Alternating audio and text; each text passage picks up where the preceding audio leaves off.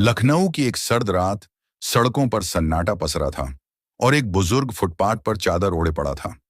बेघर, बेसहारा और शायद भूखा भी। पर किसी को नहीं पता था कि यह बुजुर्ग सिर्फ एक आम आदमी नहीं, बल्कि एक ऐसा नाम था जिसे सुनते ही दशकों तक अपराधी कांप जाते थे। यह कहानी है पूर्व डीजीपी शिवशंकर चौधरी की, जो बिना वर्दी के आया था, सिर्फ ये देखने कि क्या वर्दी पहनने वाले अब भी इंसान को इंसान समझते हैं। ये सिर्फ एक कहानी नहीं, ये एक आईना है जो हर उस सिस्टम के सामने रखा गया है जहां रैंक बड़ी हो जाती है और इंसान छोटा। देखिए, एक ऐसी कहानी जो बताती है इंसानियत ही सबसे बड़ी वर्दी है। तो दोस्तों, जानेंगे हम पूरी कहानी को इस वीडियो में, तो वीडियो को पूरा जरूर देखें। और आप हमारे चैनल पर नए हैं तो वीडियो को लाइक करके चैनल को सब्सक्राइब जरूर करें। तो चलिए वीडियो को शुरू करते हैं। दोस्तों, लखनऊ शहर की एक हल्की ठंडी रात थी। सड़कों पर ट्रैफिक कम हो चला था, लेकिन पुलिस पेट्रोलिंग गाड़ियों की आवाजें अब भी सुनाई दे रही थी। एक पुराने पुलिस स्टेशन के ठीक सामने फुटपाथ पर एक दुबला पतला बुजुर्ग आदमी चादर ओढ़े लेटा था। उसके पास न बिस्तर था, न कोई सामान, बस एक झोला, एक पुराना मोबाइल और एक जोड़ी फटी हुई चप्पलें। नाम था शिवशंकर चौधरी।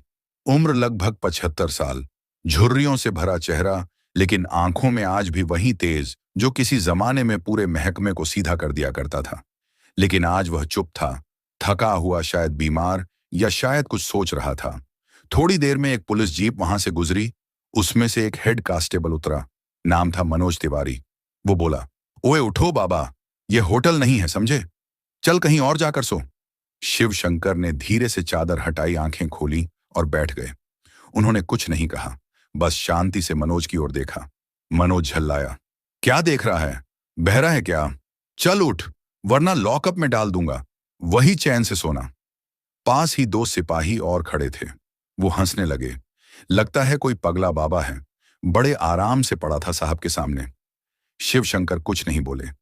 उन्होंने बस अपनी चप्पल पहनी, झोला उठाया और बड़े शांत स्वर में बोले, तुम्हारी बात मान लेता हूं बेटा, लेकिन एक कॉल कर लूं क्या? मनोज ने व्यंग से कहा। हाँ हाँ कर ले, किसके पास करेगा? और बोला, अब तो भिखारियों के पास भी फोन होने लगा है। और यह कहकर सभी पुलिसकर्मी हंसने लगे। फिर पुलिस वाला बोला, जल्दी कर ले और 2 मिनट में यहां से निकल जा। शिवशंकर ने अपना पुराना मोबाइल निकाला, जो नोकिया का था, और फोन लगाया और सिर्फ 2 शब्द बोले, समय हो गया है, पुलिस स्टेशन नंबर 19, और फोन बंद कर दिया। मनोज हंसते हुए बोला, क्या बाबा, किसे बुला रहे हो? स्वर्ग से कोई उतरने वाला है क्या? लेकिन 5 मिनट के भीतर एक एसयूवी तेजी से रुकी। फिर एक और गाड़ी, फिर एक लाल बत्ती वाली इनोवा, फिर सायरन। अब तक हंस रहे सिपाही सन्न हो गए। 2 मिनट बाद पुलिस स्टेशन का पूरा स्टाफ आ गया था। ASP, DSP, crime branch inspector सब पहुंचे और उन सब के बीच में एक आवाज गूंजा, सर, हम माफी चाहते हैं, आपको पहचान नहीं पाए। मनोज तिवारी के हाथ से उसकी लाठी गिर चुकी थी। वो कांपते हुए शिवशंकर चौधरी के पैरों में गिर पड़ा। सर, मुझे माफ कर दीजिए, मुझे नहीं पता था आप। पूरा पुलिस स्टेशन अब सन्न था। जिस बुजुर्ग को सबने एक फालतू बेसहारा फुटपाथ पर सोने वाला आदमी समझा, वह अब सर बन चुका था।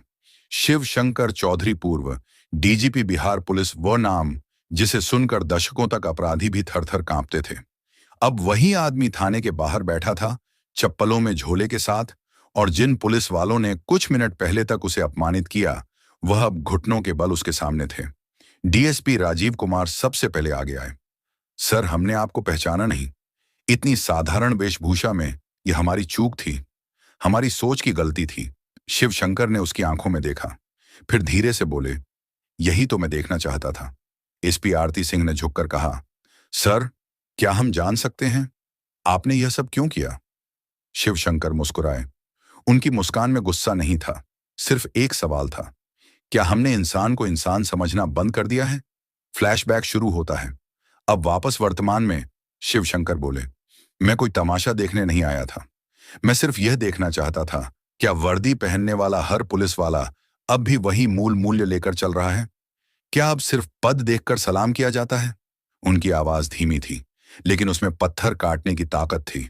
तुम सबने मेरा अपमान नहीं किया। तुमने एक गरीब को, एक इंसान को, एक नागरिक को अपमानित किया। और याद रखना, हर बुजुर्ग भिखारी नहीं होता।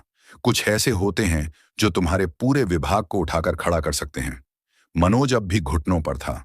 उसकी आंखों में आंसू थे। सर, मुझे माफ कर दीजिए। मैं आपकी ट्रेनिंग में था, तब नहीं पहचान पाया। आज तो और भी अंधा हो गया। शिव शंकर ने उसे देखा, फिर पास आकर उसका कंधा पकड़कर उठाया। सजा से ज्यादा जरूरी है सीख। अगर तुम आज बदल जाओ तो यह मेरा सबसे बड़ा सम्मान होगा। एसपी आरती ने कहा, सर, हम चाहते हैं कि आप विभाग के हर थाने में जाकर अपनी बात रखें ताकि यह गलती कोई और ना दोहराए। शिवशंकर मुस्कुराए, मैं फिर आऊंगा, लेकिन बिना बताकर, क्योंकि असली परीक्षा तब होती है जब तुम जानते नहीं कि कौन देख रहा है। शिवशंकर चौधरी के शब्द सिर्फ थाने की चार दीवारों में नहीं गूंजे, वह पुलिस वालों के मन में उतर चुके थे। एसपी आरती, डीएसपी राजीव और थाने के बाकी स्टाफ अब तक सिर्फ नियम, रैंक और सैल्यूट में बंधे हुए थे, लेकिन आज उन्होंने इंसानियत को सिखाने वाले असली अफसर को देखा था, जो बिना वर्दी के भी सबको झुका गया। अगली सुबह पुलिस स्टेशन के बाहर एक छोटा बोर्ड लगाया गया, मानव गरिमा दिवस, हर महीने की पहली तारीख को। इस दिन हर पुलिसकर्मी को बिना नाम, पद और रैंक देखे आने वाले हर व्यक्ति से सम्मान और संवेदना से पेश आना अनिवार्य था। और इस बदलाव की प्रेरणा बनी एक तस्वीर जिसमें शिवशंकर चौधरी फुटपाथ पर चादर ओढ़े सोए थे और नीचे लिखा था, असली ताकत कभी शोर नहीं मचाती। एक हफ्ते बाद पटना के पुलिस ट्रेनिंग अकादमी में एक विशेष सेशन हुआ। सैकड़ों नए ट्रेनी पुलिसकर्मी बैठे थे और मंच पर खड़े थे, वही बुजुर्ग जो अब भी अपने पुराने पायजामे कुर्ते में थे। शिवशंकर ने मंच से कहा, वर्दी इज्जत दिला सकती है, लेकिन इज्जत को बनाए रखने के लिए इंसानियत चाहिए। अगर तुम्हारा सलाम सिर्फ ऊंची पोस्ट देखकर होता है तो याद रखो, तुम सिर्फ वर्दी पहनने वाले बनोगे, अफसर कभी नहीं। पूरे हॉल में सन्नाटा था। हर आंख सोच में डूबी थी। पुलिस स्टेशन की दीवार पर एक और बोर्ड टंगा गया, हर वह व्यक्ति जो दरवाजा खटखटाए उसे भिखारी नहीं, नागरिक समझा जाए। डीएसपी राजीव, जिसने पहले ही इस बदलाव को अपनाया, अब हर नई रपट से पहले एक सवाल पूछता था, क्या हमने उसकी आवाज को सुना? एक ठंडी सुबह फिर वैसा ही दृश्य सामने आया। एक बुजुर्ग अस्पताल के बाहर फटे कपड़ों में बैठा था। भीड़ हंस रही थी। कुछ लोग मोबाइल निकालकर वीडियो बना रहे थे। एक ट्रेनी सिपाही पास गया, चुपचाप झुका और पूछा, बाबा, कुछ चाहिए क्या? अंदर चलें। लोग चौंक गए। बुजुर्ग ने उसकी पीठ थपथपाई। अब उम्मीद जिंदा है बेटा, उम्मीद जिंदा है। कभी किसी की हालत देखकर उसे छोटा मत समझो, क्योंकि कभी कभी सबसे बड़ा आदमी सबसे सादगी भरे कपड़ों में आता है। तो दोस्तों, कैसी लगी कहानी? क्योंकि हम अक्सर पद, वर्दी और ओहदों के पीछे झांकना भूल जाते हैं, पर असली इज्जत तो वहां है जहां इंसान इंसान को इंसान समझे। शिवशंकर चौधरी की यह कहानी सिर्फ एक सीख नहीं, एक क्रांति की शुरुआत है, जो हर थाने, हर चौकी और हर दिल तक पहुंचनी चाहिए।